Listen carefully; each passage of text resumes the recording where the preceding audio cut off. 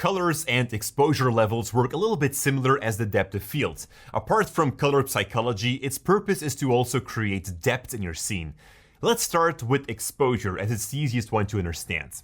If you have a dark background and your subject wears something dark as well, everything has the same tone and nothing really separates one from another. So if we ask the talent to wear something bright, we immediately pull attention to her. She pops because she's being separated from the background.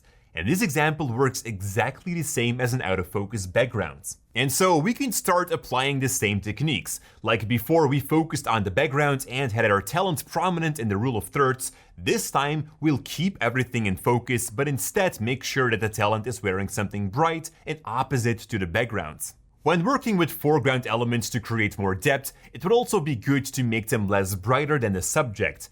In this example, we have a tree branch that is following the golden ratio towards the subject. If this were to be too bright, it would get too much attention, so work with shadows in your foreground to separate it more. I think this is pretty obvious. Now with colors, it works a little bit similar. If you have a certain color palette in your shots, like this yellowish from the sand, and it just happens to be that Lorenzo is wearing a similar colored sweater. The whole color palette is very similar, and nothing really stands out because of that. So if we change the colors in the background, or for instance perhaps change the colors of the clothing of the subject, you'll see that Lorenzo pops out a whole lot better now with his blue jacket. So I think that this is quite obvious, but once we start to mix in more colors, it's important to know what they stand for, so that we can make a decision whether a color is prominent or not. Prominent colors are usually the warm colors, like yellow, orange, red, and we can find these back in skin tones, fire, the sunlight, etc.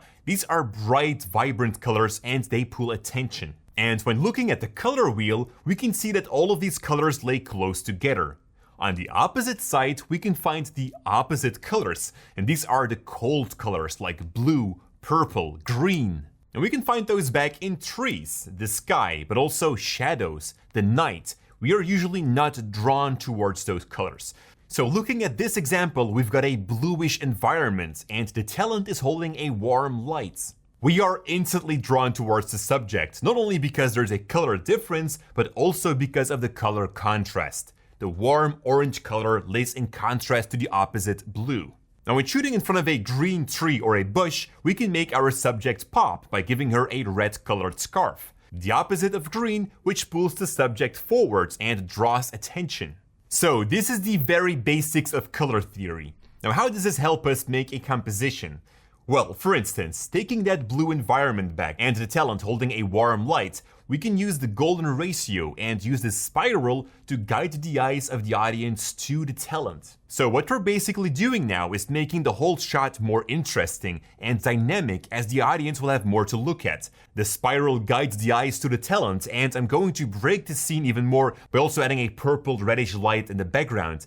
And this is going to be less prominent because this color lays closer to blue, there's less color contrast, but it still stands out. So the audience follows the spiral to the subject, then going back to the reddish background, back to the spiral, back to the subject. We are guiding the audience across the entire shot.